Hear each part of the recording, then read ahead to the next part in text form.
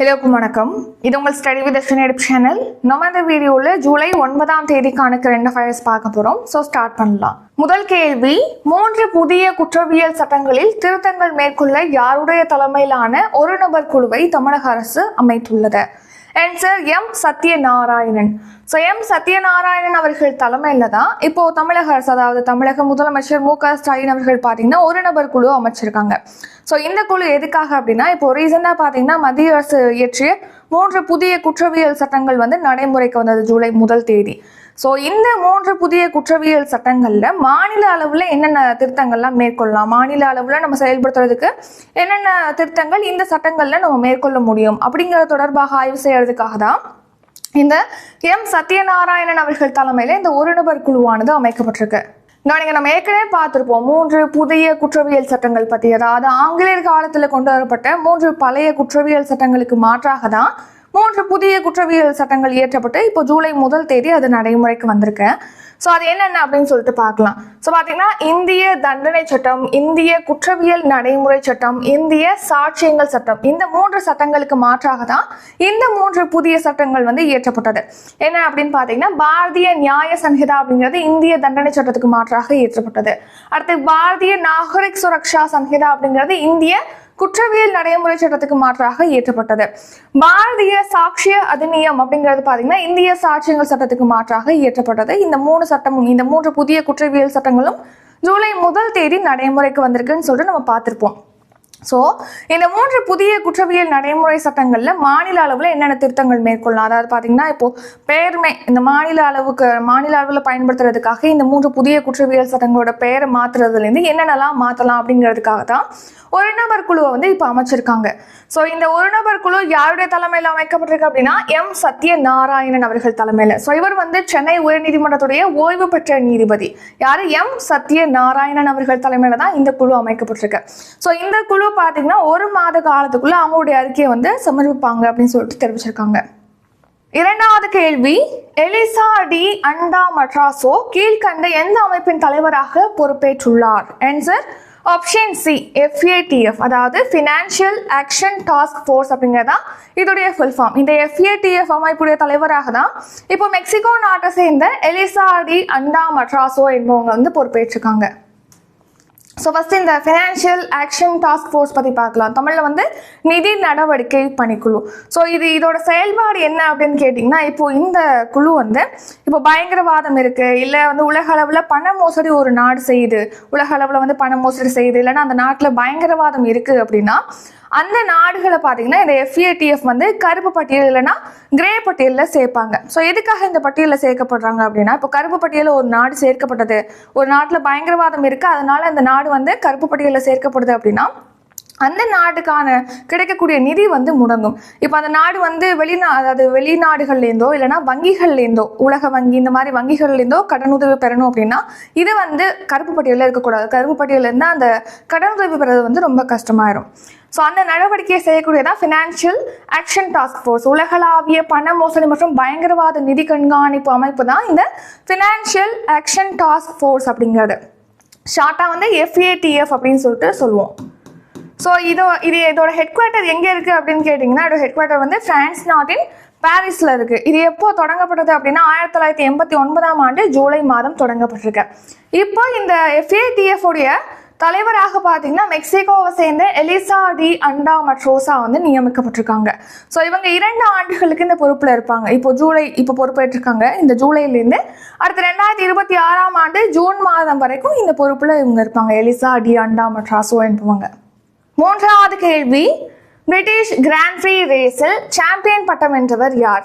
Answer option C, Lewis Hamilton. So British நாட்டை சேர்ந்த ஒரு பந்தய வீரர், கிராண்ட் பிரீ பந்தய வீரரான இந்த லூயிஸ் ஹாமில்டன் தான் இப்போ நடைபெற்ற பிரிட்டிஷ் கிராண்ட் பிரீ ரேஸில் சாம்பியன் பட்டம் வென்றிருக்காங்க.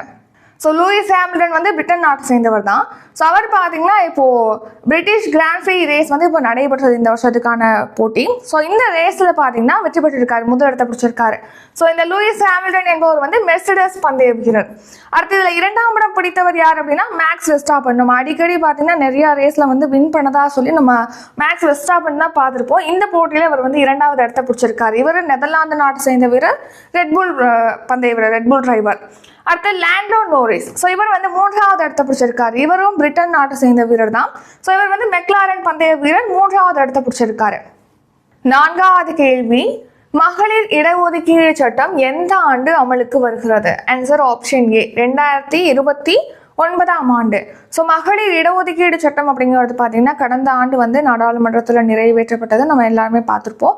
ஸோ இந்த மகளிர் இடஒதுக்கீடு சட்டம் எதுக்காக இயற்றப்பட்டது அப்படின்னா, இப்போ மக்களவை மற்றும் சட்டப்பேரவைகளில் பெண்களுக்கு வந்து 33% இடஒதுக்கீடு வழங்கணும் அப்படிங்கிறதுக்காக தான் இந்த சட்டமானது இயற்றப்பட்டது. அதாவது பெண்களுடைய பிரதிநிதித்துவத்தை வந்து அரசியலில் மேம்படுத்தணும், அதிகப்படுத்தணும் அப்படிங்கிற நோக்கத்தில் தான் ஸோ இந்த இடஒதுக்கீடு சட்டமானது இயற்றப்பட்டது. ஸோ இந்த சட்டம் அதாவது கடந்த வருஷமே இயற்றிட்டாங்க. ஆனால் இது எப்போ அமலுக்கு வரும் அப்படின்னா அடுத்த தேர்தல், அடுத்த மக்களவை தேர்தல் நடைபெறதுல 2029. ஸோ அப்போ தான் நடைமுறைக்கு வரும்னு சொல்லியிருக்காங்க. ஸோ மக்கள் தொகை கணக்கெடுப்பு நடத்தி தொகுதி மறுவரை செஞ்சதுக்கு அப்புறம் தான் இந்த இடஒதுக்கீடு சட்டம், மகளிர் இடஒதுக்கீடு சட்டம் வந்து அமலுக்கு வரும் அப்படின்னு சொல்லிட்டு தெரிவிச்சிருக்காங்க. ஸோ மகளிர் இடஒதுக்கீடு மசோதா 2023 வந்து கடந்த வருஷம் அறிமுகப்படுத்தப்பட்டு நிறைவேற்றப்பட்டிருக்கு. ஸோ இந்த சட்டம் பார்த்தீங்கன்னா இப்போ 2029ஆம் ஆண்டு தான் அமலுக்கு வரும் அப்படின்னு சொல்லிட்டு தெரிவிச்சிருக்காங்க. ஸோ இந்த நிலையில இப்போ 18வது மக்களவை தேர்தல் நடந்து முடிஞ்சிருக்கு இல்லையா? ஸோ அதில் பெண்களுடைய பிரதிநிதித்துவம் எப்படி இருந்திருக்கு அப்படின்னு சொல்லிட்டு நம்ம பார்க்கலாம்.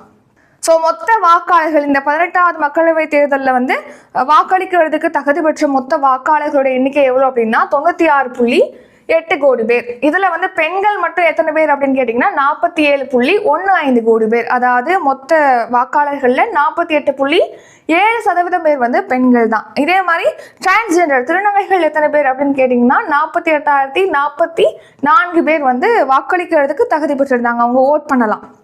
அதுதான் ஓகேங்களா. நெக்ஸ்ட் முதல் முறை வாக்காளர்கள் இந்த தேர்தலில் ஃபர்ஸ்ட் டைம் வந்து ஓட் பண்றவங்க இருக்காங்களே, 18 வயது நிரம்பி ஃபர்ஸ்ட் டைம் ஓட் பண்றாங்க இல்லையா, அந்த மாதிரி முதல் முறை வாக்காளர்கள் எத்தனை பேர் அப்படின்னா 1.85 கோடி பேர் வாக்களிக்கிறதுக்கு தகுதி பெற்றிருந்தாங்க. அதுல 85 லட்சம் பேர் வந்து பெண்கள்.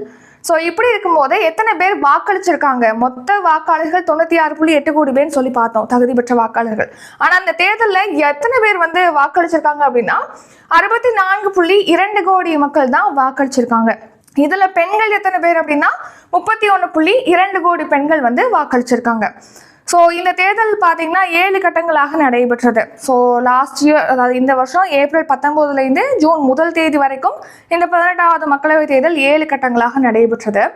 இதில் எத்தனை பேர் மொத்தமாக வேட்பாளர்கள் எத்தனை பேர் போட்டிட்டாங்க அப்படின்னா 8360 பேர் வந்து போட்டிட்டாங்க. இதில் எத்தனை பெண்கள் வந்து வேட்பாளர்கள் போட்டிட்டாங்க அப்படின்னா 797 பேர் மட்டும்தான் பெண்கள் வந்து போட்டிட்டதே கம்மி தான், 797 பேர் தான்.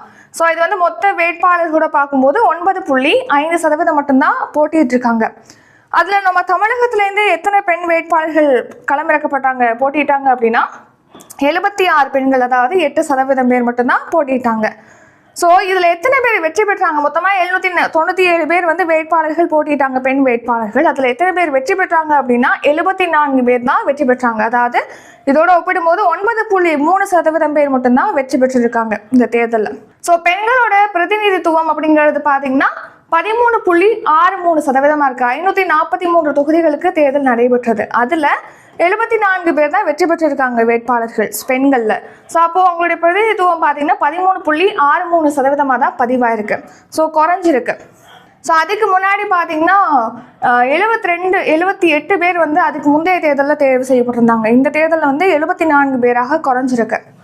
நெக்ஸ்ட் பார்த்தீங்கன்னா இந்த வருஷம் நடைபெற்ற இந்த 18வது மக்களவை தேர்தலில் குறைந்த வயதில் வந்து ஒரு 4 பேர் இளம் எம்பிக்களாக தேர்வு செய்யப்பட்டவங்க வந்து 4 பேர். இது ஏற்கனவே நம்ம 2 வயசுல பார்த்துருப்போம். ஸோ மக்களவையில் எம்பி ஆகிறதுக்கு தகுதியான வயது 25 வயது நிரம்பி இருக்கணும். ஸோ அந்த 25 வயதிலே 4 இளம் எம்பிக்கள் வந்து தேர்வு செய்யப்பட்டிருக்காங்க. அதில் 3 பேர் வந்து பெண்கள். ஸோ அவங்க யார் யார் அப்படின்னா சாம்பவி சௌத்ரி, இவங்க லோக் ஜனசக்தி கட்சியை சேர்ந்தவங்க. அடுத்து சஞ்சனா ஜாதவ், இவங்க காங்கிரஸ் கட்சியை சேர்ந்தவங்க. அடுத்து பிரியா சரோஜ், இவங்க சமாஜ்வாதி கட்சியை சேர்ந்தவங்க. அடுத்து மத்திய அமைச்சரவை பற்றி பார்க்கலாம். ஸோ பார்த்தீங்கன்னா மொத்தமாக வந்து 543 எம்பிக்கள் வந்து தேர்வு செய்யப்பட்டாங்க. இதில் எத்தனை பேர் எம்பிக்கள் அப்படின்னா 72 பேர். சாரி, எத்தனை பேர் மத்திய அமைச்சரவையில் இடம்பெற்றிருக்காங்கன்னா 72 பேர். ஸோ இந்திய பிரதமர் நரேந்திர மோடி அவர்கள் உட்பட 72 பேர் வந்து மத்திய அமைச்சரவையில் இடம்பெற்றிருக்காங்க. ஸோ இந்த 72 பேரில் எத்தனை பேர் பெண்கள் அப்படின்னு பார்க்கும்போது 7 பேர் தான் பெண்கள். ஸோ அதில் 2 பேர் வந்து கேபினெட் அந்தஸ்து வழங்கப்பட்டிருக்கு. இந்த மத்திய அமைச்சரவையில் இடம்பெற்றிருக்க 7 பெண்களில் 2 பேர் வந்து இந்த 2 பேருக்கு கேபினெட் அந்தஸ்து வழங்கப்பட்டிருக்கு. ஸோ 30 கேபினெட் அமைச்சர்கள் இருக்காங்க. அதாவது 2 பெண்கள் தான் கேபினெட் அமைச்சர்களாக இருக்காங்க. ஸோ அந்த 2 பேர் யார் அப்படின்னா நிர்மலா சீதாராமன் அவர்கள் மற்றும் அன்னபூர்ணா தேவி. இதில் நிர்மலா சீதாராமன் அவர்கள் வந்து ஏற்கனவே நிதி அமைச்சராக இருந்தாங்க. அதே நிதித்துறை தான் இந்த வருஷம் வழங்கப்பட்டிருக்கு. அடுத்து பார்த்தீங்கன்னா அன்னபூர்ணா தேவி அவர்கள், இவங்களுக்கு வந்து மகளிர் மற்றும் குழந்தைகள் மேம்பாட்டுத்துறை வழங்கப்பட்டிருக்கு. ஸோ இந்த அன்னபூர்ணா தேவி மகளிர் மற்றும் குழந்தைகள் மேம்பாட்டுத்துறை அமைச்சராக நியமிக்கப்பட்டிருக்காங்க. 5வது கேள்வி, எந்த மாநிலத்தின் பல்கலைக்கழகங்களுக்கான துணைவேந்தர் நியமனங்களை மேற்பார்வையிட உச்சநீதிமன்றம் யூ லலித் தலைமையில் குழு அமைத்துள்ளது? ஆன்சர் ஆப்ஷன் டி, மேற்கு வங்கம். ஸோ பார்த்தீங்கன்னா இப்போது மேற்கு வங்க மாநிலத்தில் வந்து பல்கலைக்கழகங்கள், அந்த மாநில அரசோட பல்கலைக்கழகங்கள் அந்த மாநிலத்தில் இருக்கும் இல்லையா? ஸோ அந்த பல்கலைக்கழகங்களுக்கு வந்து துணைவேந்தர்களை நியமிப்பது தொடர்பாக துணைவேந்தர்களை யாரை நியமிக்கலாம் அது தொடர்பான தேர்தல் குழுவை பார்த்தீங்கன்னா யூ லலித் அவர்கள் தலைமையில் வந்து அந்த உச்சநீதிமன்றமானது அமைச்சிருக்கு. ஸோ மேற்கு வங்க மாநிலத்தில் பார்த்தீங்கன்னா துணைவேந்தர்களை பல்கலைக்கழகங்களுக்கான துணைவேந்தர்களை நியமிப்பது தொடர்பாக சர்ச்சை ஏற்பட்டு வந்தது. ஸோ இது தொடர்பாக மேற்கு வங்க மாநில அரசு வந்து உச்சநீதிமன்றத்தில் வந்து மனுக்கள் தாக்கல் செஞ்சிருந்தாங்க. ஸோ அதை விசாரிச்ச உச்சநீதிமன்றம் இப்போ என்ன தெரிவிச்சிருக்காங்கன்னா, அந்த மாநிலத்தில் பல்கலைக்கழகங்களுக்கான துணைவேந்தர்களை தேர்ந்தெடுக்கிறதுக்காக தேர்தல் குழு இருக்கு இல்லையா, தேர்தல்னா யாரை நியமிக்கலாம் அப்படின்னு சொல்லிட்டு பரிந்துரை செய்வாங்க. ஸோ அந்த தேர்தல் குழுவுடைய தலைவராக உச்சநீதிமன்றத்துடைய முன்னாள் தலைமை நீதிபதியான யூ லலித் அவர்கள் தலைமையில் வந்து இருக்கும் அப்படின்னு சொல்லிட்டு தெரிவிச்சிருக்காங்க. அவரோட தலைமையில் அமைச்சிருக்காங்க. மேற்கு வங்க மாநிலத்தை பொறுத்த வரைக்கும் அந்த மாநிலத்துடைய முதலமைச்சராக மம்தா பானர்ஜி இருக்காங்க. அதோடைய ஆளுநராக இருப்பவங்க யார் அப்படின்னா CV ஆனந்த போஸ். அடுத்து கேபிட்டல், மேற்கு வங்கத்துடைய தலைநகரம் எதுன்னா கொல்கத்தா. 6வது கேள்வி, எந்த ஆண்டுக்குள் காசநோயை முற்றிலும் ஒழிக்க இலக்கு நிர்ணயிக்கப்பட்டுள்ளது? ஆன்சர் ஆப்ஷன் ஏ, 2025ஆம் ஆண்டு. ஸோ நெக்ஸ்ட் இயர் 2025ஆம் ஆண்டுக்குள்ள நம்ம நாடு முழுக்க காசநோயை வந்து முற்றிலுமாக ஒழிக்கிறதுக்கு இலக்கு நிர்ணயிச்சிருக்காங்க. ஸோ கவனிங்க, 2025ஆம் ஆண்டுக்குள்ள காசநோயை முற்றிலும் ஒழிக்கிறதுக்கு இலக்கு நிர்ணயிக்கப்பட்டிருக்கு. ஸோ இதுக்காக பார்த்தீங்கன்னா மத்திய அரசு மாநில அரசுகள் வந்து நிறையா முன்னெடுப்புகளை வந்து எடுத்துகிட்டு வராங்க காசநோயை ஒழிக்கிறதுக்காக. ஸோ இப்போ தமிழகத்தை பொறுத்த வரைக்கும் பார்த்தீங்கன்னா ஆண்டுதோறும் வந்து காசநோயால் 7,000 பேர் வரைக்கும் 70,000 பேர் வரைக்கும் பாதிக்கப்படுறாங்க. 70,000 பேருக்கு ஒரு வருஷத்துக்கே வந்து காசநோய் பாதிப்பு ஏற்படுது. எங்கே? நம்ம தமிழகத்தில் மட்டுமே. ஸோ இது தொடர்பாக இந்த காசநோயை வந்து ஒழிப்பது தொடர்பாக மத்திய மாநில அரசுகளால் என்னென்ன முன்னெடுப்புகள் வந்து மேற்கொள்ளப்படுது அப்படின்னு சொல்லிட்டு பார்க்கலாம். ஸோ ஃபர்ஸ்ட் பார்த்தீங்கன்னா மத்திய அரசுடைய காசநோய் தரவு இணையதளம், அதாவது நிக்ஷைன்னு சொல்லுவோம். இந்த நிக்ஷை இணையதளம் மூலமாக பார்த்தீங்கன்னா நம்ம காசநோய் எத்தனை பேர் வந்து காசநோயால் பாதிக்கப்பட்டிருக்காங்க, புதிய நோயாளிகள் யார் இது தொடர்பான தகவல்களை வந்து பெற்றுக்கொள்ள முடியும். மாவட்ட அளவிலான தகவல்கள்லாம் இதில் வழங்குவாங்க. ஸோ மேலும் பார்த்தீங்கன்னா இந்த காசநோயாளிகள் வந்து தத்தெடுப்பதற்காக நிக்ஷய் மித்ரா அப்படிங்கிற திட்டமும் திரௌபதி முர்மு அவர்கள் வந்து 2022ஆம் ஆண்டு தொடங்கி வச்சிருப்பாங்க. அதையும் நம்ம பார்த்துருப்போம். ஸோ இப்போ நம்ம தமிழகத்தில் பார்த்தீங்கன்னா இந்த காசநோயால் பாதிக்கப்பட்டவங்களுக்கு வந்து அவங்க வீட்டிலே போய் டெஸ்ட் எடுக்கிறது, சளி மாதிரி எடுக்கிறது, அவங்களுக்கு ஊடுகதிர் படம் அதாவது எக்ஸ்ரே எடுத்து அதை வந்து ஆய்வு செஞ்சு உங்களுக்கு காசநோய் இருக்கான்னு உறுதி செஞ்சு அதுக்கான சிகிச்சைகளை வழங்குறது, இது போன்ற நடவடிக்கைகள் வந்து தமிழகத்தில் மேற்கொள்ளப்படுது. ஸோ தமிழகத்தில் பார்த்தீங்கன்னா 84% பேர் வந்து முதல் சிகிச்சையிலே வந்து குணப்படுத்துறாங்க அப்படின்னு சொல்லிட்டு தெரிவிச்சிருக்காங்க. அடுத்த தீவிரமான சிகிச்சை மூலமா மீதமுள்ள நபர்கள் வந்து குணப்படுத்தப்பட்டு வருவதாகவும் தெரிவிக்கிறாங்க. கடந்த வருஷம் பார்த்தீங்கன்னா கிராமங்களில் வந்து காசநோயால் பாதிக்கப்பட்டவங்களை வந்து கண்டறிஞ்சு அவங்களுக்கு சிகிச்சை அளிக்கிறதுக்காக கிராமங்களில் இருக்கக்கூடிய 424 ஆரம்ப சுகாதார நிலையங்களில் வந்து இதுக்கான சிகிச்சை மையமானது அமைக்கப்பட்டிருக்கு. மேலும் இந்த சிகிச்சை மையத்தினால காசநோய் உறுதி செய்யப்பட்டிருக்கு அப்படின்னா அவங்களுக்கு பார்த்தீங்கன்னா மாதந்தோறும் 500 ரூபாய் உதவித்தொகையானது வழங்கப்பட்டு வருது தமிழகத்தில். 7வது கேள்வி, தொங்கு நாடாளுமன்றம் என்பது கீழ்கண்ட எதனை குறிக்கிறது? ஆன்சர் ஆப்ஷன் ஏ, தனிப்பெரும்பான்மை கிடைக்காத சூழல். ஸோ தொங்கு நாடாளுமன்றம் அப்படின்னா என்னன்னா, இப்போ ஒரு தேர்தல் நடக்குது.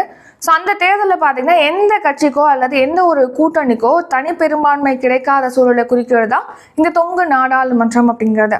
ஃபார் எக்ஸாம்பிள் இப்போ 18வது மக்களவை தேர்தல் நடைபெற்றதை எடுத்துக்கிறோம். இதில் பார்த்தீங்கன்னா 543 இடங்களுக்கு தேர்தல் நடைபெற்றது. ஸோ இதில் வந்து தனி பெரும்பான்மை பெற்று ஆட்சி அமைக்கிறதுக்கு எத்தனை இடங்களில் ஒரு கட்சி வெற்றி பெறணும் அப்படின்னா 272 இடங்களில் வெற்றி பெற்றால் அவங்க அந்த கட்சி இல்லைன்னா அந்த கூட்டணி வந்து ஆட்சி அமைக்க முடியும் தனி பெரும்பான்மையோட. ஸோ இந்த தனி பெரும்பான்மை கிடைக்காத சூழல் தான் நம்ம என்ன சொல்கிறோம், தொங்கு நாடாளுமன்றம் அப்படின்னு சொல்கிறோம். ஸோ அதாவது பார்த்தீங்கன்னா இந்த மாதிரி தனி பெரும்பான்மை கிடைக்காம ஒரு கட்சி அமைது. இப்போது பிஜேபி வந்து 240 தான் எடுத்திருக்காங்க. இப்போது அவங்க மொத்த கூட்டணியே வந்து 240 தான் எடுத்திருக்காங்கன்னு வைங்க. ஸோ அவங்க தனி பெரும்பான்மை கிடைக்காம வேற ஏதோ ஒரு சுயேட்சை வேட்பாளர்களோ இல்லைன்னா எப்போ வேணாலும் போயிடுவாங்க அந்த மாதிரியான ஒரு கட்சியையோ அவங்க கூட்டணிக்கு சேர்த்துக்கிட்டு அவங்க வந்து ஆட்சி அமைக்கிறாங்க அப்படின்னா அந்த கட்சி பார்த்தீங்கன்னா எப்போ வேணாலும் விலகி அடுத்த கூட்டணிகிட்ட வந்து அடுத்த கட்சியோட ஜாயின் பண்ணுறதுக்கு வாய்ப்பு இருக்குது. எப்போ வேணாலும் அவங்க வந்து விட்டுட்டு போகிறதுக்கு வாய்ப்பு இருக்குது. அப்போது அந்த மாதிரி அமையக்கூடிய நாடாளுமன்றம், அந்த மாதிரி அமையக்கூடிய அரசு தான் நம்ம தொங்கு நாடாளுமன்றம் அப்படின்னு சொல்கிறோம். ஸோ பெரும்பான்மை இல்லாத சூழ்நிலையை விவரிக்கிறதுக்கு தான் இந்த தொங்கு நாடாளுமன்றம் அப்படிங்கிற சொல்லானது பயன்படுத்தப்படுது. ஸோ இந்த தொங்கு நாடாளுமன்றம் இப்போ ஒரு பொருள் வந்து தொங்கிக்கிட்டு இருக்குன்னு வச்சுங்களேன், அது எப்போ வேணாலும் கீழே விழலாம். ஸோ அந்த மாதிரி தான் இந்த தொங்கு நாடாளுமன்றம் அமைஞ்சது அப்படின்னா அந்த ஆட்சி கவிழ்றதுக்கு அதிக வாய்ப்பு இருக்குது. எப்போ வேணாலும் அந்த சுயேட்சை வேட்பாளர்கள் வேறு கட்சியில் சேரலாம். அந்த கூட்டணி இருக்கக்கூடிய லாஸ்டாக சேர்ந்த அந்த கூட்டணி கட்சி வந்து வேறு கட்சியில் போய் ஜாயின் பண்ணுறதுக்கு வாய்ப்பு இருக்கு. ஸோ அந்த நிலையை குறிக்கிறது தான் தொங்கு நாடாளுமன்றம். இப்போ எதுக்காக இந்த தொங்கு நாடாளுமன்றம் அப்படின்னு சொல்லிட்டு பார்க்குறோம் அப்படின்னா, இப்போ பிரான்ஸ்ல பாத்தீங்கன்னா தேர்தல் நடைபெறுது. பிரான்ஸ்ல வந்து 577 இடங்கள்ல வந்து தேர்தல் நடைபெற்றது, நாடாளுமன்ற தேர்தல். இதுல பாத்தீங்கன்னா எந்த கட்சிக்குமே பெரும்பான்மை கிடைக்கல, எந்த ஒரு கட்சிக்கோ அல்லது எந்த ஒரு கூட்டணிக்கோ பெரும்பான்மை கிடைக்கல. ஸோ இந்த நிலையில அங்கே பாத்தீங்கன்னா தொங்கு நாடாளுமன்ற நிலையானது அமைய உள்ளது. 8வது கேள்வி, கார்கில் வார் என்ற தலைப்பிலான புத்தகத்தை வெளியிட்டவர் யார்? Answer option A, Kaivalya Trivikram Patnaik. So Arunachal Pradesh மாநிலத்துடைய ஆளுநரான கைவல்ய திரிவிக்ரம் பட்நாயக் அவர்கள் தான் இப்போ கார்கில் வார் அப்படிங்கிற தலைப்பிலான புத்தகத்தை வெளியிட்டிருக்காரு. ஸோ இந்த கார்கில் வார் தி டேர்னிங் பாயிண்ட், அந்த புத்தகத்தோட ஃபுல் நேம் என்னன்னா கார்கில் வார் தி டேர்னிங் பாயிண்ட். கார்கில் வார் அப்படிங்கிறது எப்போ நடைபெற்றது? 1999ஆம் ஆண்டு நடைபெற்றது. எந்த நாடுகளுக்கு இடையே நடைபெற்றதுன்னா நம்ம இந்தியாவுக்கும் பாகிஸ்தானுக்கும் இடையே நடைபெற்றது. எதுக்காக நடைபெற்றது அப்படின்னா, இப்போ இந்தியாவில் பார்த்தீங்கன்னா காஷ்மீரில் வந்து கார்கில் அப்படிங்கிற இடம் இருக்குது. அதை வந்து பாகிஸ்தான் நாட்டு ராணுவம் வந்து ஆக்கிரமிச்சிருந்தாங்க. ஸோ அதை மீட்கிறதுக்காக தான் இந்தியாவுக்கும் பாகிஸ்தானுக்கும் இடையே இந்த கார்கில் வார் வந்து 1999ஆம் ஆண்டு மே மாதத்துலேருந்து ஜூலை மாதம் வரைக்கும் நடைபெற்றது. ஸோ இந்த கார்கில் போரில் வந்து வெற்றி பெறுவதற்காக பார்த்தீங்கன்னா இந்திய ராணுவம் எடுத்த ஒரு நடவடிக்கை தான் ஆப்ரேஷன் விஜய். இந்த ஆப்ரேஷன் விஜய்ல இடம்பெற்ற ஒரு ராணுவ அதிகாரி தான் மஹோட் பசப்பா ரவீந்திரநாத். ஸோ இந்த மஹோட் பசப்பா ரவீந்திரநாத் அவர்கள் பார்த்தீங்கன்னா இந்த வாரில் அவருடைய நினைவு குறிப்புகளை வந்து புத்தகமாக எழுதியிருக்காரு. அந்த புத்தகம் தான் இந்த கார்கில் வார் தி டேர்னிங் பாயிண்ட் அப்படிங்கிற தலைப்பிலான புத்தகம். இந்த மஹோட் பசப்பா ரவீந்திரநாத் அவர்கள் வந்து 2018ஆம் ஆண்டே காலமாயிட்டாரு. ஸோ இவருக்கு வந்து வீர சக்ரா விருது வழங்கப்பட்டிருக்கு. ஸோ இவர் எழுதிய இந்த கார்கில் வார் தி டேர்னிங் பாயிண்ட் அப்படிங்கிற தலைப்பிலான புத்தகத்தை பார்த்தீங்கன்னா இப்போ அருணாச்சல பிரதேச மாநிலத்துடைய ஆளுநராக இருக்கக்கூடிய கைவல்ய திரிவிக்ரம் பட்நாயக் அவர்கள் வந்து வெளியிட்டிருக்காரு. ஸோ இந்த புத்தகம் வந்து 12 அத்தியாயங்களை கொண்டது. ஸோ 12 அத்தியாயங்களை கொண்ட நினைவு குறிப்பு தான் இந்த கார்கில் வார் தி டேர்னிங் பாயிண்ட் அப்படிங்கிற தலைப்பிலான புத்தகம். நெக்ஸ்ட் ஷார்ட் நியூஸ் பார்க்கலாம். ஸோ இப்போ முதலமைச்சர் ஸ்டாலின் அவர்கள் பார்த்தீங்கன்னா இப்போ மண்ணை வந்து இலவசமாக பெறுவதற்கான திட்டத்தை வந்து தொடர்ந்து வச்சிருக்காரு. அதாவது இப்போ விவசாயத்துக்காகவோ இல்லைன்னா மண்பாண்டம் செய்யறதுக்காகவோ மண் தேவைப்படுது அப்படின்னா அதை வந்து ஏரி கண்மாய் மண்ணை வந்து எளிமையான முறையில் அவங்க விண்ணப்பிச்சு அவங்க இலவசமாகவே பெறுவதற்கான திட்டத்தை வந்து இப்போ முதலமைச்சர் ஸ்டாலின் அவர்கள் தொடங்கி வச்சிருக்காரு. நெக்ஸ்ட் பார்த்தீங்கன்னா சென்னை பெருநகர காவல்துறை ஆணையராக ஏற்கனவே இந்த சந்தீப் ராய் ரத்தோர் வந்து இப்போ டிரான்ஸ்ஃபர் பண்ணியிருக்காங்க. இப்போ புதிய ஆணையராக அருண் வந்து பொறுப்பேற்றிருக்காரு. அடுத்து தமிழக காவல்துறையுடைய சட்ட ஒழுங்கு ADGP-யாக பார்த்தீங்கன்னா டேவிட்சன் தேவாசீர்வாதம் வந்து பொறுப்பேற்றிருக்காரு. நெக்ஸ்ட் ரிவிஷன் பார்க்கலாம். ரிவிஷன் பார்க்கறதுக்கு முன்னாடி பார்த்தீங்கன்னா நாளைக்கு ஜூலை 10ஆம் தேதி வந்து GK டெஸ்ட் பேட்ச் ஸ்டார்ட் ஆகுது. ஸோ இதுக்கான ஃபீஸ் எவ்வளோ அப்படின்னு கேட்டிங்கன்னா 500 ரூபி. இதில் என்னென்ன யூனிட்ஸ் வந்து கவர் ஆகுது அப்படின்னா 7 யூனிட்ஸ் கவர் ஆகுது. History, polity, economy, geography, INM, unit 8, unit 9 அப்படின்னு சொல்லிட்டு 7 யூனிட் வந்து இதில் கவர் ஆகுது. இதுக்கான ஃபீஸ் 500 ரூபி. இந்த பேட்ச்க்கான ஷெட்யூல் வேணும் அப்படின்னா டிஸ்கிரிப்ஷனில் காண்டாக்ட் நம்பருக்கு அந்த நம்பருக்கு கால் பண்ணி அல்லது வாட்ஸ்அப்பில் டெக்ஸ்ட் பண்ணி கேட்கலாம். ஸோ இந்த பேட்சில் ஜாயின் பண்ண நினைக்கிறீங்கன்னா டிஸ்கிரிப்ஷனில் இருக்கக்கூடிய ஜிபே, ஃபோன்பே, பேடிஎம், யூபே நம்பருக்கு பே பண்ணிவிட்டு அதுக்கான ஸ்க்ரீன்ஷாட்டை வாட்ஸ்அப் நம்பருக்கு அனுப்பிட்டிங்கன்னா அந்த பேட்சில் ஆட் பண்ணுவோம். நெக்ஸ்ட் பார்த்தீங்கன்னா அப்கமிங் டெஸ்ட் பேட்சும் இருக்குது. எஸ்ஐ பேட்ச் வந்து இப்போது ஜூலை 15ஆம் தேதி ஸ்டார்ட் ஆகுது. 13ஆம் தேதி மேக்ஸ் டெஸ்ட் பேட்ச் வந்து ஸ்டார்ட் ஆகுது. குரூப் 2 ஹோல் பேட்ச் வந்து ஜூலை 18ஆம் தேதி ஸ்டார்ட் ஆகுது. Tamil batch TNPSC Tamil batch பார்த்தீங்கன்னா இப்போது ஜூலை 25ஆம் தேதி ஸ்டார்ட் ஆகுது. ஸோ அப்கமிங் டெஸ்ட் பேட்ச் பற்றி டீட்டெயிலாம் டிஸ்கிரிப்ஷனில் கொடுத்துருக்கோம். நீங்கள் ஒன்ஸ் செக் பண்ணிட்டு ஜாயின் பண்ணிக்கலாம். இப்போ வந்து நம்ம ரிவிஷன் பார்க்கலாம். முதல் கேள்வி, 3 புதிய குற்றவியல் சட்டங்களில் திருத்தங்கள் மேற்கொள்ள யாருடைய தலைமையிலான ஒரு நபர் குழுவை தமிழக அரசு அமைத்துள்ளது? Answer option B, M Satyanarayanan. இரண்டாவது கேள்வி, எலிசா டி அண்டா மட்ராசோ கீழ்கண்ட எந்த அமைப்பின் தலைவராக பொறுப்பேற்றுள்ளார்? Answer FATF. மூன்றாவது கேள்வி, பிரிட்டிஷ் கிராண்ட் பிரீ ரேஸில் சாம்பியன் பட்டம் வென்றவர் யார்? Answer option C, Lewis Hamilton. நான்காவது கேள்வி, மகளிர் இடஒதுக்கீடு சட்டம் எந்த ஆண்டு அமலுக்கு வருகிறது? ஆன்சர் 2029ஆம் ஆண்டு. ஐந்தாவது கேள்வி, எந்த மாநிலத்தின் பல்கலைக்கழகங்களுக்கான துணைவேந்தர் நியமனங்களை மேற்பார்வையிட உச்சநீதிமன்றம் UU லலித் தலைமையில் குழு அமைத்துள்ளது? ஆன்சர் ஆப்ஷன் டி, மேற்கு வங்கம். ஆறாவது கேள்வி, எந்த ஆண்டுக்குள் காசநோயை முற்றிலும் ஒழிக்க இலக்கு நிர்ணயிக்கப்பட்டுள்ளது? ஆன்சர் 2025ஆம் ஆண்டுக்குள். ஏழாவது கேள்வி, தொங்கு நாடாளுமன்றம் என்பது கீழ்கண்ட எதனை குறிக்கிறது? ஆன்சர் தனிப்பெரும்பான்மை கிடைக்காத சூழல். எட்டாவது கேள்வி, கார்கில் வார் என்ற தலைப்பிலான புத்தகத்தை வெளியிட்டவர் யார்? ஆன்சர் கைவல்யா திரிவிக்ரம் பட்நாயக். ஸோ இத்துடன் இன்றைக்கான கரண்ட் அஃபேர்ஸ் வீடியோ நிறைவடைகிறது. அடுத்து பார்த்தீங்கன்னா இப்போது லாஸ்ட் மந்த் ஜூன் மந்த்துக்கான மந்த்லி கரண்ட் அஃபேர்ஸ் PDF வந்து இப்போது ரெடியாக இருக்குது, அவைலபிளாக இருக்குது. நீங்கள் வேணும் அப்படிங்கன்னா டிஸ்கிரிப்ஷனில் அதுக்கான ப்ரைஸ் டீட்டெயில் கொடுத்துருக்கோம், நீங்கள் செக் பண்ணிட்டு நீங்கள் வாங்கிக்கலாம். இந்த வீடியோ உங்களுக்கு பிடிச்சிருந்தா லைக் பண்ணுங்கள், ஷேர் பண்ணுங்கள். நம்ம சேனலில் நீங்கள் இன்னும் சப்ஸ்கிரைப் பண்ணலைன்னா மறக்காமல் சப்ஸ்கிரைப் பண்ணிக்கோங்க. நன்றி, வணக்கம்.